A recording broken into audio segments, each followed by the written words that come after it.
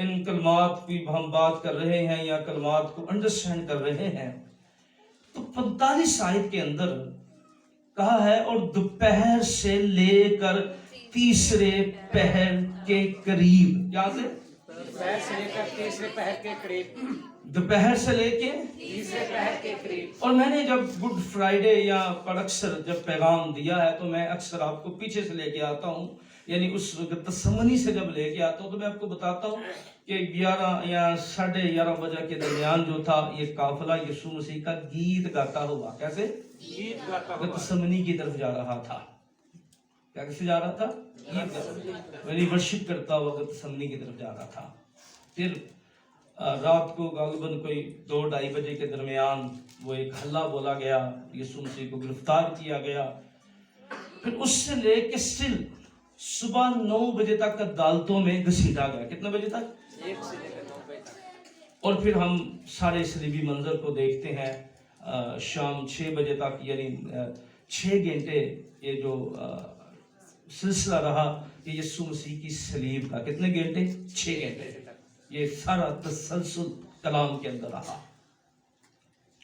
اب کلام نے، اور جب وقت نہیں ہے کہ میں تینوں اناجیل میں سے یہ حوالہ آپ کو پڑھاؤں، اور مزے کی بات یہ ہے کہ بہت سے کلمات ہیں جو یوحنا نے لکھے، لیکن یہ جو اندھیرے کی بات ہے نا، لکھا ہے اور تیسرے پہر کے قریب یسوع نے بڑی آواز سے چلا کر، کیسے جی؟ بڑی آواز سے چلا کر، یعنی تینوں اناجیل بیان کرتی ہیں کہ اندھیرا چھا گیا۔ کیا ہو گیا؟ اندھیرا چھا گیا۔ اور اس اندھیرے کا ذکر جو ہے پیلاطوس نے جب تبریاس، جو اس وقت کا کیسر کا نام تھا، کیسر تبریاس، جب اس کو خط لکھا تو اس کا سارا اس حالات سے واقف کیا کہ اندھیرا کہاں کہاں چھایا ہوا ہے، جیسے میڈیا کوریج کرتا ہے نا ساری، اس وقت ساری کوریج چل رہی تھی اور سب نے اس کے بارے میں رومی لوگوں نے لکھا کہ، یعنی کئی دفعہ، یعنی اگر آپ ہبرو اور گریک کے اندر دیکھیں تو لکھا ہے تمام دنیا میں اندھیرا چھا گیا۔ کیا ہو گیا؟ تمام دنیا میں اندھیرا، یعنی ملک سے مراد یعنی پاکستان کے اندر نہیں، کیونکہ وہ جو کیونکہ ابھی جس طرح ہم ابھی جس دنیا میں رہ رہے ہیں نا، یہ گلوبل دنیا ہے، ٹھیک ہے؟ اس میں ہر بندے کے پاس موبائل ہے، اور اب آپ جان سکتے ہیں کہ یو کے کا ویدر اس ٹائم کیا ہے، آپ جان سکتے ہیں کہ انڈیا کے اندر بارش ہو رہی ہے کہ نہیں ہو رہی، آپ جان سکتے ہیں گھر بیٹھے ہوئے، آپ جان سکتے ہیں رشیا کے اندر اس وقت برف باری ہو رہی ہے کہ نہیں ہو رہی، آپ جان سکتے ہیں کہ یعنی آپ ایک دنیا ایک ڈیوائس کے ساتھ جو ہے، کیونکہ فضا کے اندر ڈیوائس ہے اور اس کے ساتھ جیسٹ ہو گئی ہے، اس وقت میں جتنی انڈرسٹینڈنگ تھی، یعنی پورے ملک تک ہے، کیا لکھا ہے؟ پورے ملک میں اندھیرا چھا گیا۔ جب ہم اندھیرے کی بات کرتے ہیں تو تینوں اناجیل، یعنی لوکا بھی لکھتا ہے اور مرکس بھی لکھتا ہے، کیا لکھتا ہے؟ کہ اندھیرا چھا گیا، اور مرکس بھی لکھتا ہے، یعنی تینوں اناجیل، یعنی آپ تینوں اناجیل کی بات کرتے ہیں تو ابھی تو اپڈیٹنگ بہت ہو گئی ہے نا، آپ بائبل مقدس کو آپ بڑی اصطلاحات میں بات کی جاتی ہے، اگر آپ خدا کی بات کریں تو بہت بڑی اصطلاحات آ گئی ہیں، اور میرے لیے خود بھی کئی دفعہ میں پڑھتا ہوں، ہمارے بچے جو سینڈریز کے ہیں جب وہ بات کرتے ہیں تو اسی بھی گھر جا کے پھر بایت اللہ بنڈے نے یعنی اصطلاح استعمال کی تو یعنی لیول بہت اوپر چلا گیا ہے، بہت اوپر لیول چلا گیا، اور آپ نے اگر کام کرنا ہے تو آپ کو بہت آگے سوچنے کی ضرورت ہے، محنت زیادہ کرنے کی ضرورت ہے۔ تو کلام میں تینوں اناجیل میں اس خاص واقعے کی طرف جو ہے وہ فوکس کیا گیا ہے، دھیان کیا گیا ہے، اس کو ہائی لائٹ کیا گیا ہے، اس کے بارے میں بتایا گیا ہے کہ ملک میں اندھیرا چھا گیا۔ کیا ہو گیا جی؟ ملک میں اندھیرا چھا گیا۔ اس کا مطلب ہے کلام اس اندھیرے پر خاص زور دیتا ہے، کیا کرتا ہے؟ کلام اس اندھیرے پر خاص زور دیتا ہے اور خاص توجہ مرکوز کرتا ہے۔ اب حیرانگی کی بات یہ ہے کہ کئی دفعہ ایسی چیزیں کلام میں سے جوڑ دی جاتی ہیں، میں منفی باتوں کی طرف جاتا نہیں ہوں، لیکن آپ دیکھ لیجئے گا، آپ کو کئی چیزیں ملیں گی، اندھیرا کیوں چھا گیا جی، چاند گرہن لگ گیا، اور بڑی چیزیں منظر عام پڑھائیں گے، لیکن ہر سوال کا جواب کلام میں ہمارے پاس ہے، کیونکہ جو ہمارے پاس، کیونکہ جب فصح آتا تھا نا تو فصح نسان سے شروع ہوتا تھا، جنوری، نسان ہبریو کے اندر جو ہے، اور پھر پورا چاند ہوتا تھا تب، ٹھیک ہے؟ تو ہمارے پاس منتھ کی ڈیٹیل بھی ہے، اور اس میں جو بہت سی چیزیں ہم کر سکتے ہیں، لیکن وقت نہیں ہے، میرا مقصد یہ نہیں ہے، میرا مقصد صرف پیسز آپ کو سکھانا ہے، اور میں بڑا فاسٹ بھی بول سکتا ہوں، لیکن میرا مقصد یہ ہے کہ میرے لفاظ آپ تک کلیئر آئے، آپ کے ذہنوں کی کھڑکیوں کو چھوئیں، مقصد یہ ہے۔ اب یہ اندھیرے کو میں نے جب اس کلام کو پڑھ رہا تھا تو میں نے 3 چیزیں یعنی 3 باتیں جو ہے اس اندھیرے کی بابت جو میں نے کلام میں سے جو خدا نے مجھے دی، آپ کو زیادہ دے سکتا ہے، آپ کو زیادہ سمجھ دے سکتا ہے، کیونکہ میں چیز آپ کو صرف دے رہا ہوں۔ یہ اندھیرا یاد رکھیے گا، کیونکہ اندھیرے کے بڑے میننگز ہیں۔ اندھیرا گناہ کو ظاہر کرتا ہے، طریقی کو ظاہر کرتا ہے، اور بہت ساری چیزیں کلام میں لکھا ہے نا، اندھیرے سے روشنی کی طرف آنا، اور بہت کچھ ہے۔ لیکن اس پیسج کے اندر یعنی جو خاص کلام کا حصہ ہے، اس میں یاد رکھیے گا، کیونکہ یسوع مسیح جب صلیب پر ہے تو اس کے بعد ایک نیا منظر آ رہا ہے۔ کیا آ رہا ہے؟ اب یسوع مسیح صلیب پر چڑھے ہوئے کیوں ہیں؟ کیونکہ وہ کفارہ دینے کے لیے صلیب کے اوپر ہے۔ کیوں ہے؟ اب کفارے کے بعد بھی تو کچھ ہونا تھا نا، یعنی کفارے تک تو کام ختم نہیں ہو گیا کہ گناہ معاف ہو گئے، یعنی گناہ معاف کرنے کے بعد ایک نئی زندگی کا آغاز ہو رہا ہے۔ جو بندہ توبہ کرتا ہے اس تو بات کی ہے۔ تو کلام میں جب پیدائش کی کتاب کو آپ پڑھتے ہیں تو یہ اندھیرا جو ہے، میں یہ سمجھتا ہوں، میری دانش میں یہ ہے، میں یہ سمجھتا ہوں یہ اندھیرا جو تھا نا، کیونکہ دیکھیں جب کلام میں کیا لکھا ہے، جب پیدائش کی کتاب کو پڑھتے ہیں، زمین پر کیا تھا؟ اندھیرا تھا، اور خدا اس میں سے کیا کر رہا تھا؟ تخلیق کر رہا تھا۔ اور کیا کر رہا تھا؟ اس نے اس اندھیرے میں کیا کیا؟ تخلیق کا کام کیا۔ کیا کیا؟ یعنی زمین بنائی، اسی مٹی سے پھر آدم کو بنایا ہے، یعنی خدا نے چیزیں بنائی۔ اب یہ جو اندھیرا ہے نا، یہ بھی کچھ ہو رہا ہے اس کے اندر بھی، اور اس کے اندر کیا ہو رہا ہے؟ اس کے اندر نیا انسان جو مٹی سے، بلکہ اب یہ جو تھا اب ایک نیا انسان بن رہا ہے، کیونکہ کفارے کے بعد کیا ہے؟ کیونکہ کلیسیا کا وجود آ رہا ہے۔ ہاللیلویہ۔ کیونکہ جس طرح آدم کی پسلی کو میں سے ہوا کو نکالا گیا تھا نا، تو یسوع مسیح کی پسلی کو جب مارا گیا تھا تو خادم لکھتا ہے کلیسیا کا وجود آ گیا تھا، کیونکہ کلیسیا کدھر پڑی گئی؟ یسوع چھو۔ ہاللیلویہ۔ تو یہ تخلیق ہو رہی ہے، یعنی خداوند یسوع مسیح جب کفارہ دے گا تو اس میں بھی تخلیق کا کام ہو رہا ہے، اس میں نئے انسان کو بنایا جا رہا ہے، اس میں نئے انسان کو پیدا کیا جا رہا ہے۔ اس پرانے انسان کو مسیح میں مرنا ہے، یعنی اپنے آپ کو پیش کرنا ہے، اور یسوع مسیح پر بھروسہ کرنا ہے، اور یسوع مسیح پر ایمان لانا ہے۔ گویا آج جب کلوری پر صرف اندھیرا نہیں ہو رہا، یسوع مسیح صلیب پر نہیں چڑھا ہوا، بلکہ وہ آدم چڑھا ہوا ہے جس کے گناہ لے کر یسوع مسیح صلیب پر چڑھا ہوا تھا۔ اور جب اس کے گناہ معاف ہو جائیں گے، جب یہ دھل جائے گا، تو پھر کیا ہوگا؟ کلام میں لکھا ہے، دیکھو پرانی چیزیں جاتی رہی اور وہ نئی ہو گئی، اور جو مسیح کے اندر ہے وہ نیا مخلوق ہے۔ ہاللیلویہ، آمین۔ یعنی دیکھو اے جڑا نیڑا ہوئے نا، جی میں پیدائش کی کتاب میں اب یہ نیا زمین تو نہیں کر رہا، پر یہ ایک نیا انسان بنانے کے لیے آ گیا ہے۔ ہاللیلویہ۔ سیکنڈ، اندھیرا عدالت کو بھی ظاہر کرتا ہے۔ کس کو جی؟ جو دنیا کی عدالت کی جائے گی نا، اندھیرا ہوگا زمین پر۔ یوئیل کی کتاب میں بہت سی نبوتیں ہیں، ٹھیک ہے، حوالہ جات بہت سارے ہیں، میں اگر آپ کو حوالہ جات لکھوانا شروع ہو جاؤں تو لمبی ڈیٹیل لگ جائے گی، لیکن میں تھوڑا سا طریقہ بدل رہا ہوں کلام سنانے کا، کیونکہ پہلے میں آپ کو حوالوں میں لیکن اب میں بات پہ زیادہ فوکس کرنا چاہتا ہوں۔ عدالت کدی ہو رہی ہے؟ 7 عدالتیں ہیں کلام میں، میں نے پڑھایا ہوا ہے آپ کو، میں پوچھاں گا تو کوئی بھی نہیں دسے گا۔ پھر میں ہمیشہ ایک بات کہتا ہوں، کسی نے سٹیج تو خلاف گل ہو جائے نا، ان ساری زندگی یاد رہتی ہے، کلام پہ یاد رہنا ہے، یعنی گلے شکوے سانو پکے دلاں دے وچ لکھے جاندے نے، لیکن 7 عدالتیں ہیں۔ اب انسان کی عدالت جو ہے نا، یعنی انسان کی عدالت جو ہے وہ صلیب پر ہو رہی ہے۔ کس کی عدالت؟ انسان کی عدالت۔ وہ انسان جو گناہ کے اندر چلا گیا تھا، اب یسوع مسیح صلیب پر کیا کر رہے ہیں؟